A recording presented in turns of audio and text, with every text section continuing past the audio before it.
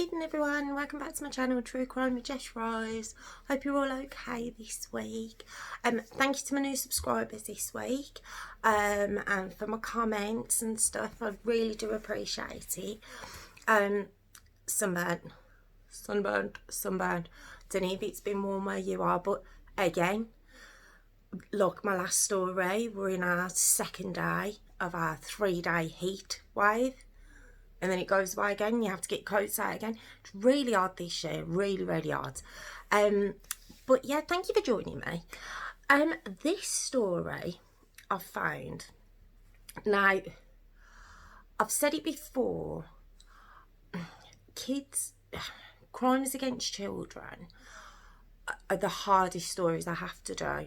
They genuinely are. They're really hard to talk about. Because when you're talking about the crime itself and any injuries that are inflicted, it's so hard because you remember that it's a child you're talking about. But I feel like I had to do this one. It's an old story. It is an old one, but my goodness, when I came across it, it was like, wow, just what? How? And it's called, I found it online, and it's Buried Alive, and it's Luckman and Reed. Now, those two surnames aren't of the actual victims in this crime, so you won't see them on the title of the story, purely because I don't agree that any title should be of the killers, perpetrators. I don't agree with it. I don't like that. I think the name put forward should always be of the victim. You know, I do see quite a few, and it's always of the person who's done whatever the crime is, and I just think that's backwards. That's the name you're going to remember. But that's what it's called. And basically, I've titled it The Story of Peter Aston and Terry Ryan. Now, Peter and Terry, they're very close friends. And this goes back to May the 4th, 1982. So I did say it's an old, it's probably one of the oldest ones I think I've done. But you'll see why. It's so horrific. I just thought I've got to do it. Now, Peter and Terry, really close friends, and on the morning of May the 4th, 1982, at about 8:30, they both decide to basically skive off school. And the reason being is Peter he's not getting on with his mum, and he wants to go. Now, this is in Australia, sorry, and he wants to hitchhike. I don't even think in the 80s it was safe. I know in the 60s and 70s it was something that went on. But I don't think it was safe, even though the 80s was a long time ago. I don't think it was safe even then. But Peter wanted to hitchhike because his brother lives in Melbourne and he lives in the Gold Coast, or by the Gold Coast. And he wants to hitchhike to go and live with his brother. And Terry, being his best friend, says, well, I'll tell you what, I'll go halfway with you and then I'll head home. So he wasn't running away or anything. He just says he'd go a bit of the way with him and come back. Just a way to get us out of school, I suppose. So, yeah, they're going along. When they get to the next town, it says that they do shoplift and they get some cigarettes and some new clothes. And they're 13, a bit naughty, obviously, but, they're only 13 and this is what they do. They get changed into these new clothes and stuff. And they carry on walking down this particular road into another town, and they come across two men, and one of them's fixing his car. He's under the bonnet.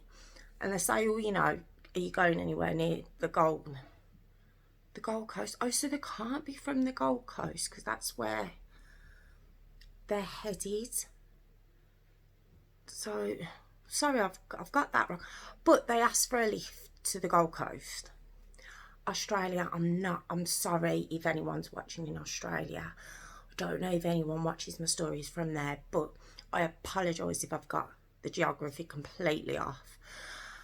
But they asked for a lift and the men say it's okay. So these two men, there's an older one and a younger one, and sorry, you have some street races going on, obviously. And the older fella says, Peter, you get in the front and Terry get in the back with the younger of the two. And Terry thinks it's a bit odd, you know, to separate them. Why wouldn't they both get in the back? But he gets in. And no sooner have they pulled off, now bearing in mind, Terry and Peter, 13. As soon as they pull off, the lad in the back, the bloke in the front has already said his name, Paul, and the bloke in the front name's already been said, Rob, the older guy. Paul pulls out a rifle on Terry, and he says, if you struggle, he says to Peter, who's sat in front, if you scream or you try and jump out, I'm going to shoot Terry. And he had the rifle pointed at him. So it goes horribly wrong straight away. So they drive into New South Wales, near a beach that's called Kingscliff Beach. Now, once they get there, this is where it goes so bad. They put thumb cuffs on Peter's toes. Now, I don't know what thumb cuffs are, so I did have a look. And they're exactly what it said. They're thumb cuffs. And to have put them on his toes would have been quite painful in itself. And they'd done that to Peter, and then Terry was kicked so hard between the legs, he was down on the floor for quite a while. Like, it was really hard. So while Terry was lying on the floor, Peter just kept on screaming. He kept on screaming. He kept on shouting. Look, he literally wouldn't be quiet. And Terry was very aware that they were literally in the middle of nowhere. Look, kind of at this part of the beach, but in a covered section, and there was nobody around. So Terry didn't shout for help or anything, but Peter was. He was screaming. So they kept beating Peter. Not so much Terry, but Peter. They kept beating him. And no matter what they did, they couldn't shut him up. So they ripped his clothes off. Peter's just stripped him bare. Now, some online forums at this point say that Terry was made to perform a sex act on Peter, on his friend. It says it on some, it doesn't say it on others. So I don't know how true it was, although both boys were sexually assaulted. And because Peter was still screaming, they literally, because they'd ripped his shirt off, they put that into his mouth to stop him screaming. And now, I don't know if you've ever seen Last House on the Left. Now, aside from all the other references to the film, there's a part in the film where the girl has a man in front of her and behind her, and they're stabbing her. And this is how it was described, what was happening to Peter. Rob and Paul were taking it in turns to stab him, but it said that it was like they knew what they were doing, because they were inflicting pain on him without causing too much injury, like deathly injury, should I say. So they were keeping him alive. Like, they were trying to torture him without killing him. So once they'd been, they'd stabbed him quite a few times, They then started to torture him because what he'd been through wasn't enough. Absolutely not. He's 13. Don't forget, Terry is still watching this. Absolutely terrified. He's 13 too. And it was said that Peter was the bigger of the two, the taller of the two. Terry was quite a little guy. So they continue with Peter. And they, every torturous thing you can think of, they burnt him with cigarettes. They hit him with the sharp end of a shovel. They hit him so hard with the rifle, butt of the rifle, that it broke. They scalped him.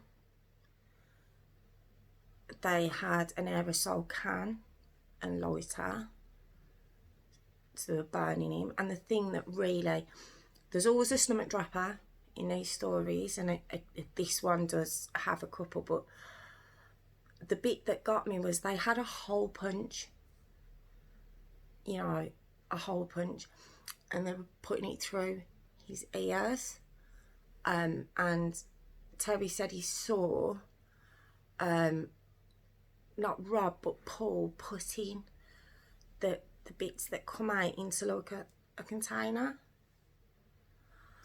Now Terry, watching all this, hearing the screaming, this is going on for a couple of hours now. Obviously it's still light. It's afternoon. It's like the middle of the day. He knows they're going to turn on him next. You know, they've done this to his friend. They're going to turn on him. And fearing that, it says that he got a bit of street smart about him. I think it was just, trying to save himself, really. And he says, "Can I join you?" How hard would that have been? That's your friend. And it says that he thought, well, I can't save him, but if I can save myself, maybe I can get him help, or, you know, I know what these two look like. Goodness knows what was going through his little 13-year-old brain.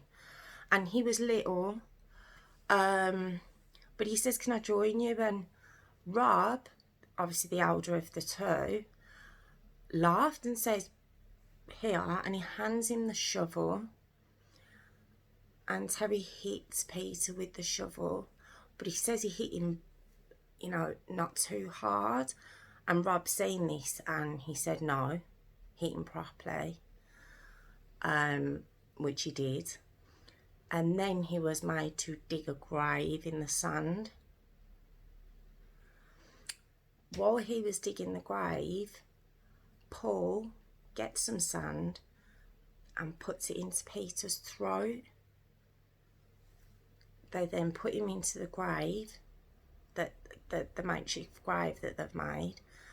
And it says that Peter, they heard him gurgling still. So Paul put more sand into his throat, so essentially burying him alive.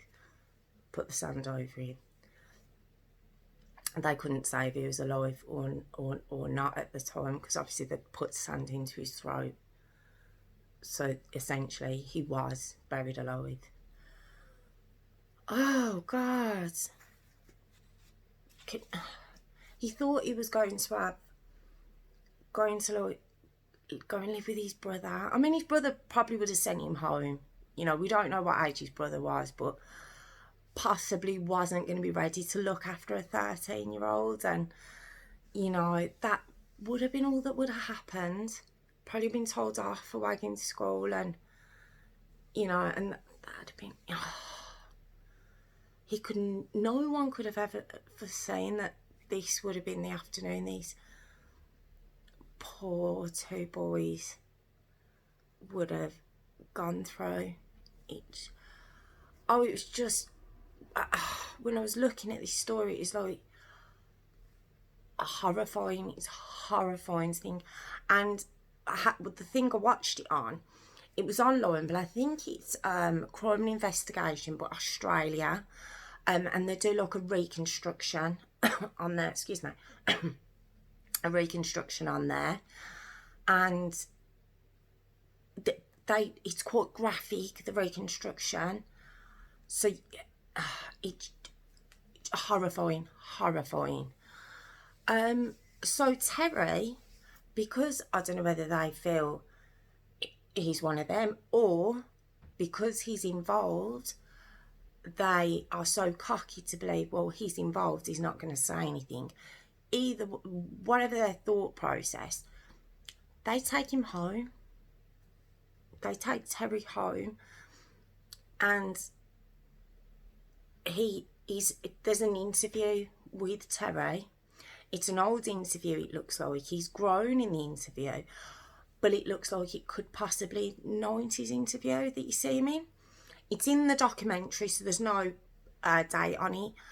And he just looks, even all them years later, look, he's a grown man when he gives this interview.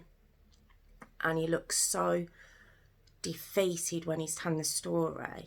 Look, there's no up-to-date interviews with him. On the show, it's actually his brother giving the up-to-date interview.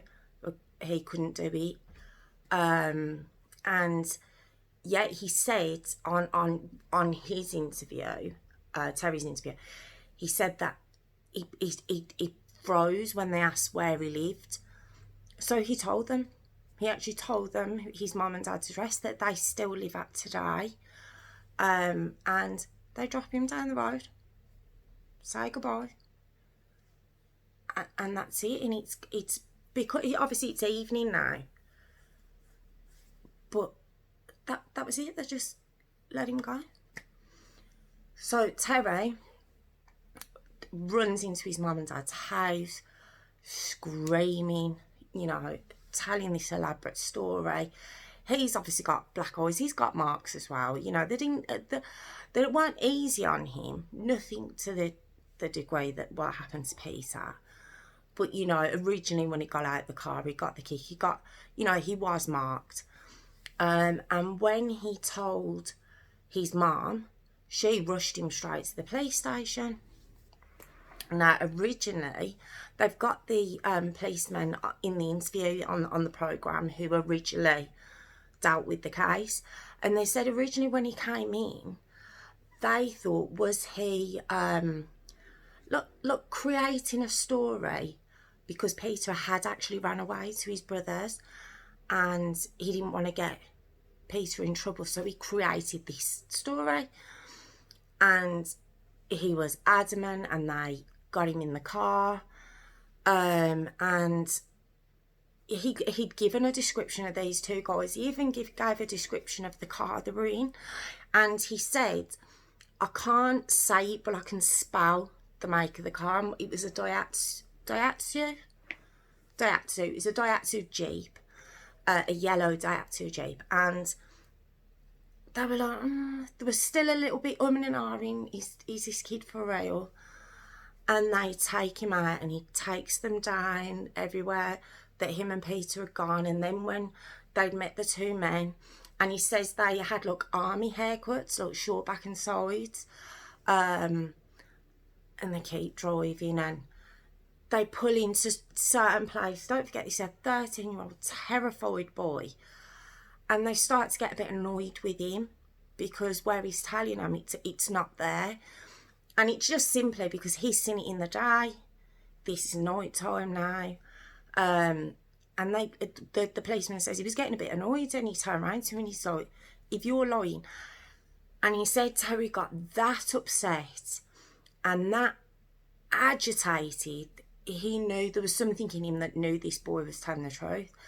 So the next stop they made, he said that as they walked up to this part of the beach that was kind of enclosed, there was a mound of sand, and he said it looked wet. And when they got closer, they seen that it was a patch of blood. And there's photos, again, I won't put them up. I've said it before. You don't see Peter. Well, you do, but he's covered with the sand. But you see his little feet, and you see the outline of his body. So they didn't try and bury him. It was a really poor effort. That it was like they just threw sand on him. Oh, but obviously that sparks off.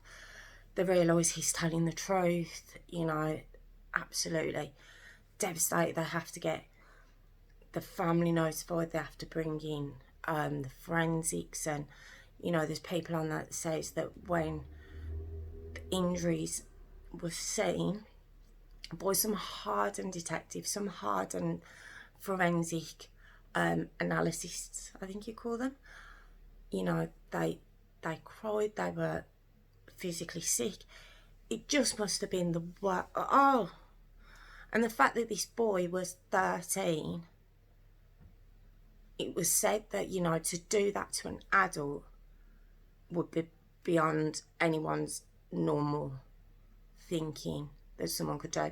To do it to a child, no one could fathom it, what he went through. So, like I say, Terry's given really good descriptions of these two guys, and he said there was something he said about the army style haircuts.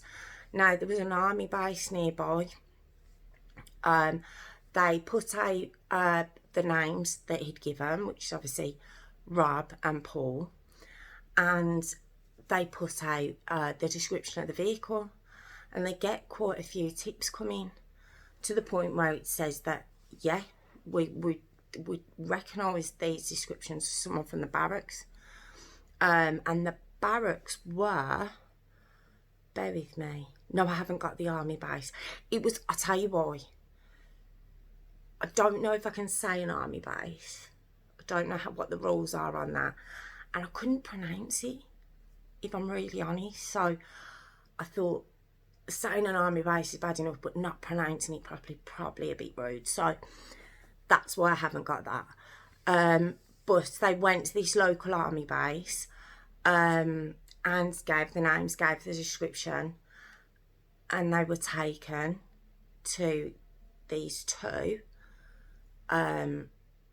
suspects, taken to their rooms, their quarters, and the quarters were occupied by a Robin Reed, who was 34, and a Paul Luckman, who was 17.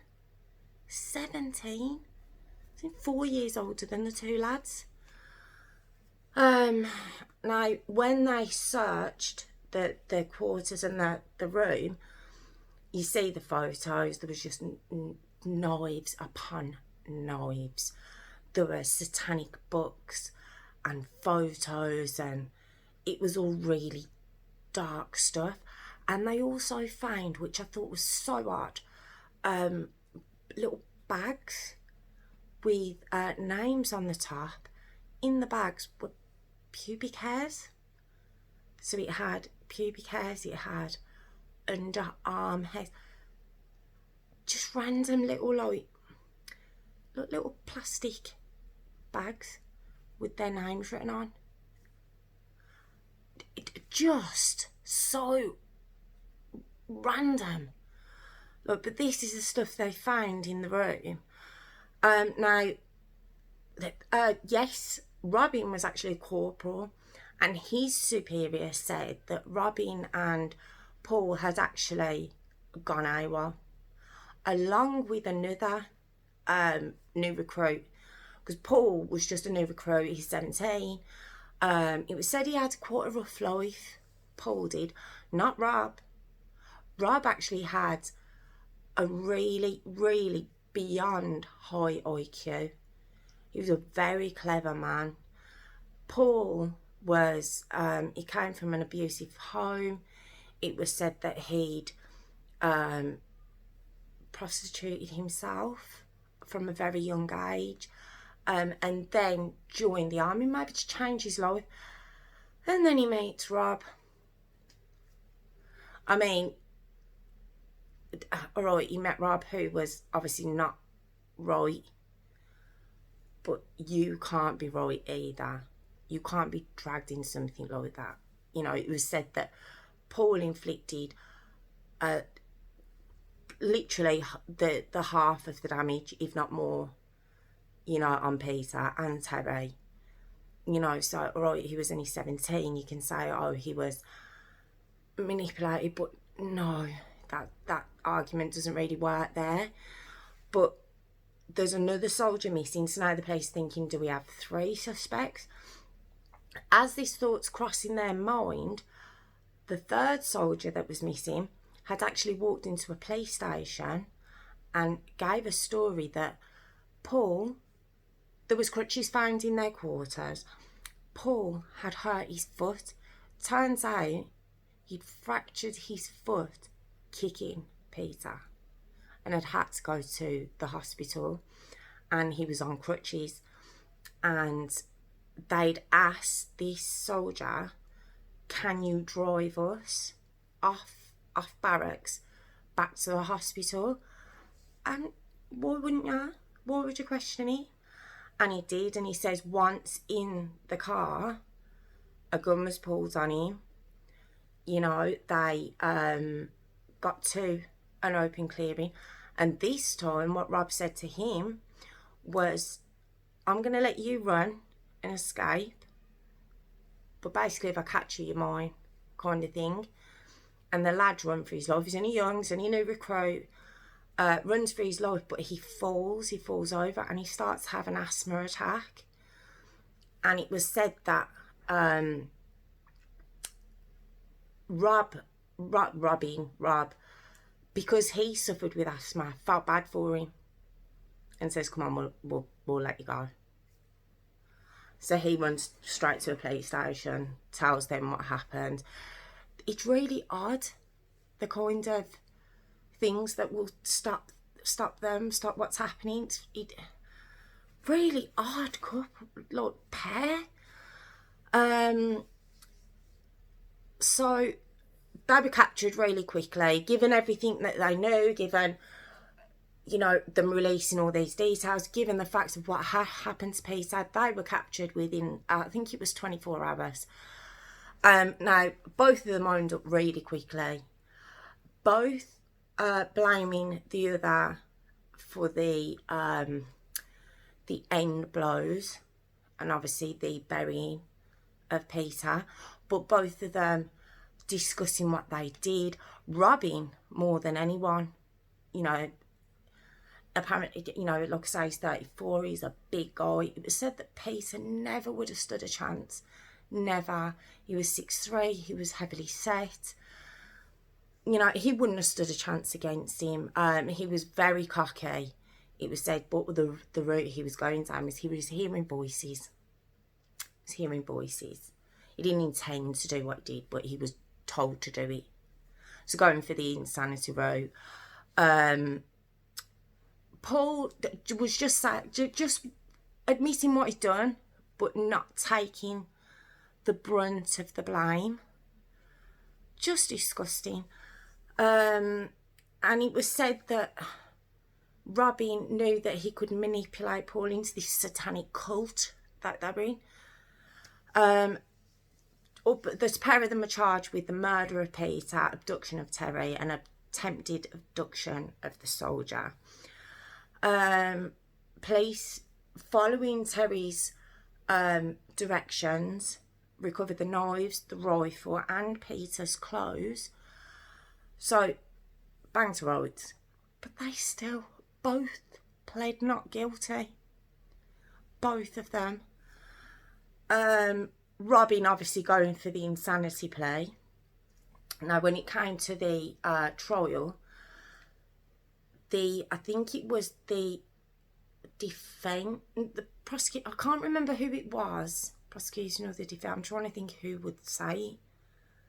Presuming it would be the defence not wanting them to see, but it was deemed that the photographs of Peter and his injuries were so upsetting that the jury shouldn't see them, and they didn't. It was the judge only that seen them, and it says his reaction and how he recoiled, you know, from the pictures was enough. I think the jury's seen that. So they were both found guilty. You know, when the injuries were read out, some of the jury cried. There was no argument. They were both found guilty. What's upsetting though was their sentence. I think Australia are a bit similar to the UK for this. Robin got life, minimum 24 years. Now Paul he ended up doing 17 years, and I say that because Paul Luckman in 1993 became a woman called Nicole Louise Pierce. Nicole Louise Pierce. So became a woman in 93 on the taxpayers' money, and was released in 1999. So was he moved to a women's prison? Did he stay in the male prison? It doesn't say. But he was released in 99. And you see pictures of him as a woman. And honestly, he looks like a woman. She looks like a woman. Don't come at me. Don't. Another completely different story. Robin, like I say, was given 24 years. But right up until 2014... he was still appealing because they weren't letting him go. But he exhausted all his parole hearings by 2014. So it's looking like hopefully he'll never get out ever. I mean, that was 82, 92, 2012, 38 years, if he was 34. 60, 72, so he'll be 72 now. But they're saying even at this age, he can't be released. He's at a complete danger to children. That man can never be released. I'm surprised, Paul. Was it because he became a female? A transgender female? I don't know. But that shouldn't change. I mean, he done 17 years, but no, he was in 17, so he was released at 34. So, no. What would he be now? That was 99. That's 20 years, 34. So he'd be 54 now. 54-year-old female. You'd never know, would you? You'd never know. She'd be living next door to you. You would never know. I just... There was so many different sides to this story. Obviously, what happened to Peter, Terry living with that. You know, he did get away.